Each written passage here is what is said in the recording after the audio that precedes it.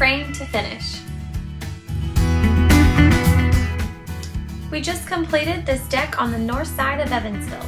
This family called because they love grilling out and playing outside with their son, but they wanted more space. We had a great time adding living space to this home, and we think the deck turned out great.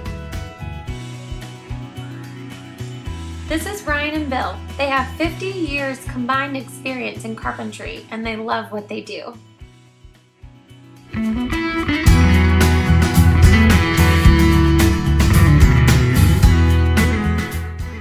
Ryan and Bill arrived Tuesday morning, and the job was complete by Friday afternoon, just in time for a Saturday night dinner on their brand new deck. The homeowners originally wanted the boards laid at an angle. Ryan and Bill later suggested to put an interesting twist on the custom deck. They laid the boards in a diamond shape, and it looks incredible, and the homeowners love it.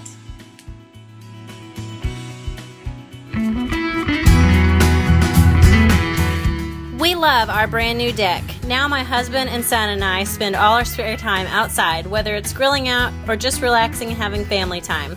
Working with Hoosier Craftsman was a great experience, and the project was seamless. We love our custom deck.